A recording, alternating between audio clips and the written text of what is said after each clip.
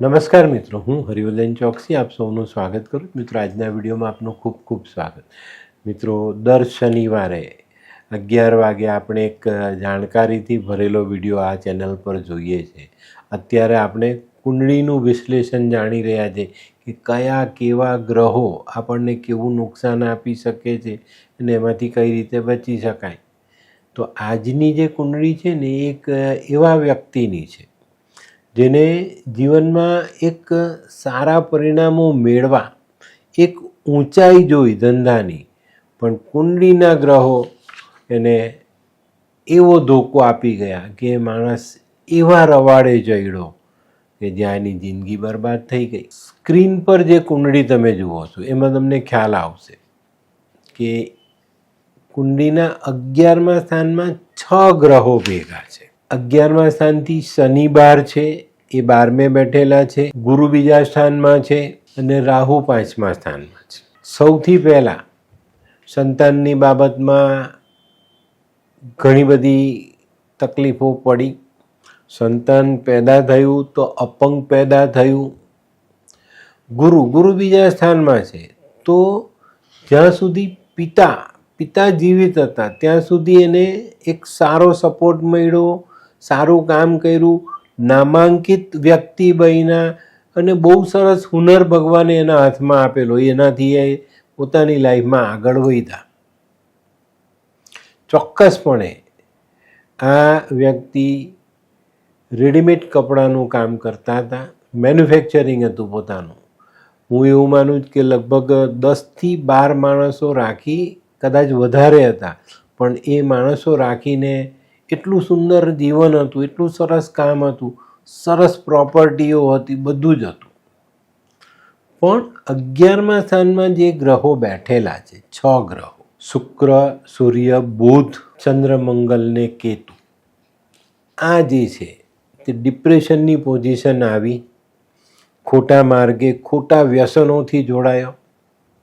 આ વ્યક્તિની હાલત એવી હતી કે ભાઈ, જે વ્યક્તિ એક સારા ધાર્મિક પંથ સાથે જોડાયેલો, એના જીવનમાં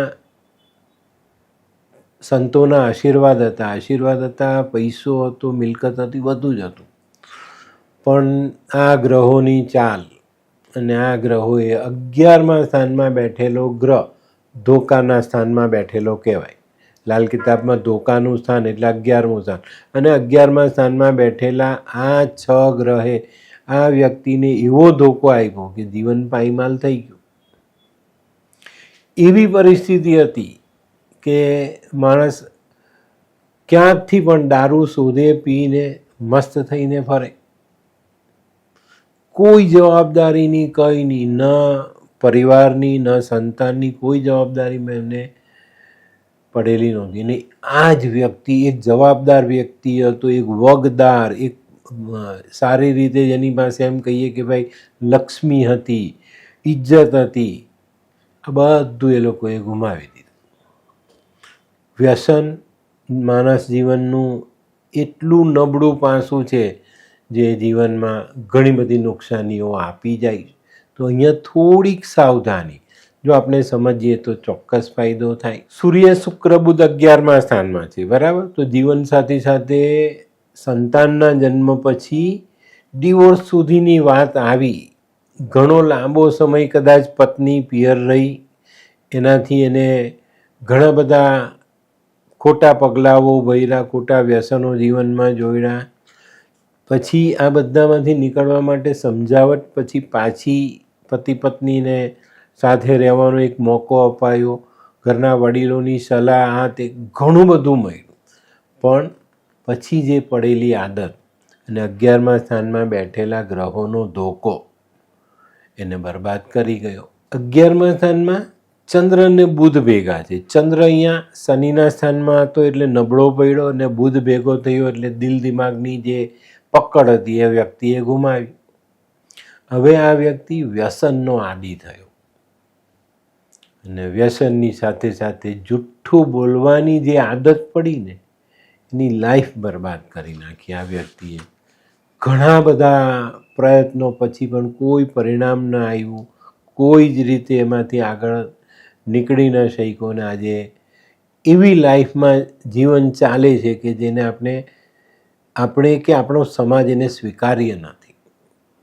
તો આ બધી બાબતોને આપણે ખૂબ ધ્યાનથી જોવાની છે, સમજવાની છે ને આગળ વધવાનું છે. તો મિત્રો, લાલ કિતાબ તમને એક સચોટ માહિતી આપે છે. ભવિષ્યમાં શું થઈ શકે એનું એક સચોટ પ્રિડિક્શન આપે છે, અને એ પ્રિડિક્શન પર જો તમે સારા ઉપાય કરો, સમજીને ઉપાય કરો, તો ચોક્કસ હું એવું માનું છું કે તમને જીવનમાં બહુ સારી સફળતા મળે અને જીવનમાં થનારા નુકસાનને આપણે બચાવી શકીએ. જ્યોતિષનો મતલબ જ આ છે. જે રીતે આપણે પહેલાં ઘઉંમાંથી કાંકરો વીણીને કાઢીએ છીએ ને પછી દળાવીએ, પછી એના લોટની રોટલી બનાવીને ખાઈએ તો આપણા મોઢામાં કાંકરો નથી આવતો. એ જ રીતે જ્યોતિષની જાણકારી મેળવીને આવનારા દુઃખોનું નિવારણ કરો તો જીવનમાં ક્યારેય દુઃખ નહીં આવે. પણ આપણે ત્યાં જ્યોતિષશાસ્ત્રમાં બહુ મોટો ધોકો છે. આ 11મા સ્થાનમાં જે ધોકાનું આવે છે ને, લાલ કિતાબ એમ કે 11મું સ્થાન ધોકાનું.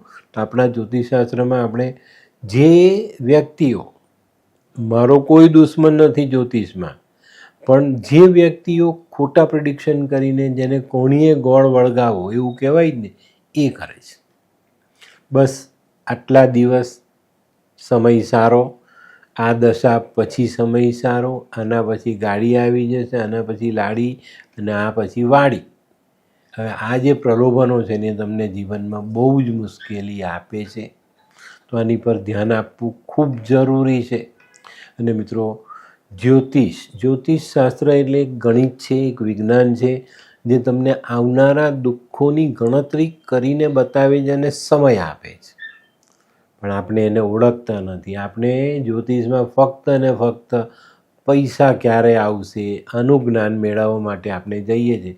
ત્યારે આપણે છેતરાઈએ છીએ, દુઃખી થઈએ છીએ, અને જીવનમાં ક્યારે પણ આપણે એનાથી ફાયદો મળતો નથી, ઉલટાનું નુકસાન થતું જાય છે. તો આપણે આ બાબતમાં બહુ જ ચોકસાઈ રાખવાની છે. હવે આ વ્યક્તિની વાત કરીએ તો બીજા સ્થાનનો ગુરુ લગભગ 30 વર્ષની ઉંમર સુધી એક સારો પીરિયડ, જીવનમાં બહુ સરસ ગોલ્ડન પીરિયડ કહીએ તો ચાલે. સારી આવક, સારો ધંધો, સારું પ્રભુત્વ, સારી સામાજિક ઇજ્જત હતી. 5મે રાહુ, ખોટી વ્યક્તિઓની સંગત, ખોટી આદતો નુકસાનમાં આપી ગઈ. 11મા સ્થાનમાં બેઠેલો શુક્ર એ બીજી રીતે થોડો પરેશાન કરી ગયો. 11મા સ્થાનનો બુધ 34 વર્ષની ઉંમર પછી જે બદલાવ આવ્યા એનો એ સાક્ષી બન્યો. અને ચોક્કસ 34-35ની ઉંમર પછી ધીરે ધીરે જે આદતો બગડી એ આજની તારીખમાં પણ સુધરતી નથી. સૂર્ય 11મા સ્થાનમાં, પિતાની કોઈ વાત માની નહીં. પિતાએ પણ થોડીક જીદ કરેલી તો એ પણ એમને નુકસાન કરતા સાબિત થઈ. એને પિતા અને દીકરાને બંનેને નુકસાન થયું. સૂર્ય પિતા 11મા સ્થાનમાં જે બેઠેલા છે એ પિતા સૂર્ય, અને 11મું સ્થાન એ શનિનું સ્થાન. તો અહીંયા બાપ દીકરાનો ટકરાવ જીવનમાં બરબાદી લાવી ગયો. 11મા સ્થાનમાં ચંદ્ર વિચારવાની તાકાત જ નહીં આપી. શનિના સ્થાનમાં બેસી અને વિષયોગ જેવી પરિસ્થિતિ બનાવી. 11મા સ્થાનનો ચંદ્ર છે ને તમારી વિચારધારાને બદલે છે. તમે ડિસિઝન પાવર નબળો થતો જોશો, ખોટા નિર્ણય લેશો. અને શનિના સ્થાનમાં બેઠેલો ચંદ્ર ક્યારેય સારું પરિણામ ન આપે. તો વિચારવાની શક્તિ, નિર્ણય લેવાની શક્તિ બધી ખતમ થતી દેખાય. ત્યારે આપણે બહુ મુશ્કેલી પડે. અને આ વ્યક્તિએ આ જ કામ કર્યું. ખોટા નિર્ણય, ખોટા સમયે લીધેલા ખોટા નિર્ણય એના જીવનને બરબાદ કરી ગયું. હવે આ સ્થાનમાં મંગળ બેઠેલા છે, એ પણ શનિના દુશ્મન. મંગળ 11મા સ્થાનમાં, તો પિતા સાથેના આપણે સંબંધોમાં તો ટકરાવ આવ્યો જ. પણ 11મા સ્થાનનો મંગળ છે ને વારસાઈમાં મળેલી સંપત્તિ ટકવા નથી દેતો. તો આ વસ્તુ પણ એના જીવનમાં બહુ મહત્ત્વનો ભાગ ભજવી ગઈ.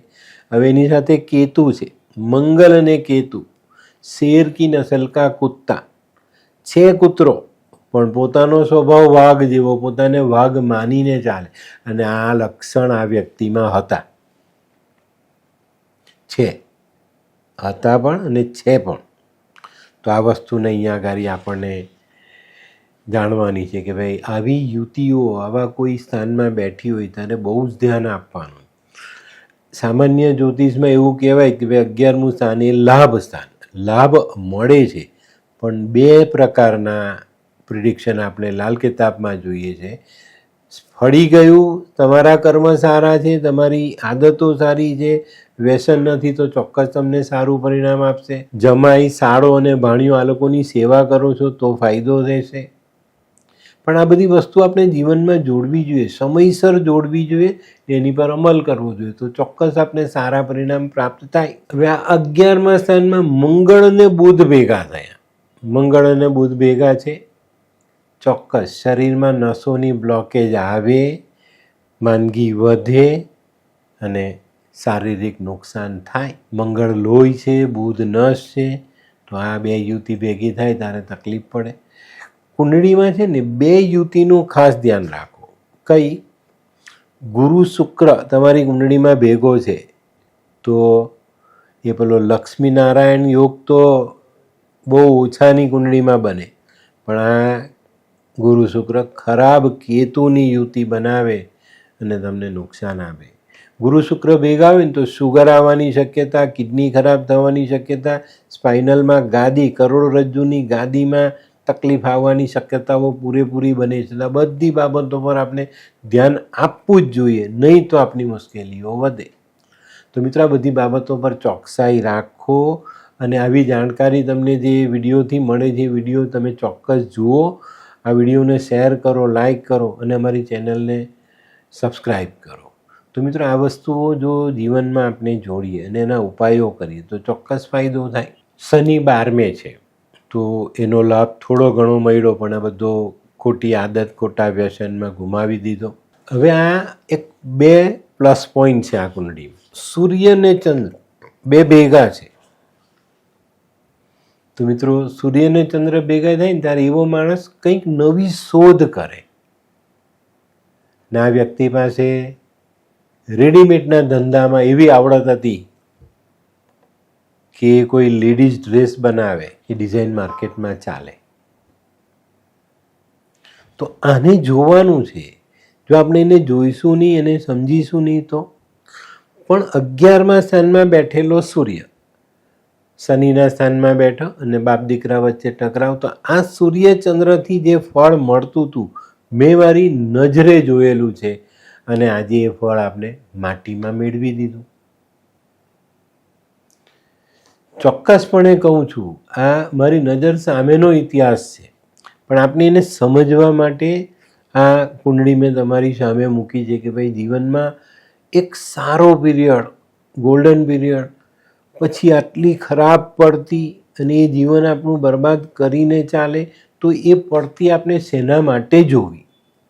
આની પર જો ચોકસાઈ રાખીશું તો 110% તમને એમાં ફાયદો મળવાનો છે. તો મિત્રો જો તમે લાલ કિતાબ નથી બનાવી તો લાલ કિતાબ બનાવી એના ઉપાય સમજી ને જીવનને આગળ વધારો, ચોક્કસ તમને ફાયદો થશે. અમારા તરફથી કોઈ વસ્તુ ફરજિયાત નથી. અમે તમને સલાહ આપીએ છીએ.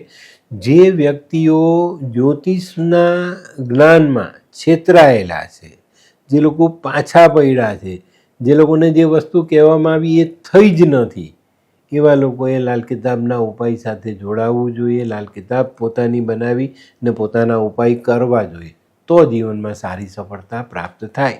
તો મિત્રો આજનો વિડીયો તમને ગમ્યો તો લાઈક કરો, શેર કરો, યુટ્યુબ જોનારા શેર કરે અને સબસ્ક્રાઈબ કરે. હું હરિવર્ધન ચોકસી આપ સૌની રજા લઉં.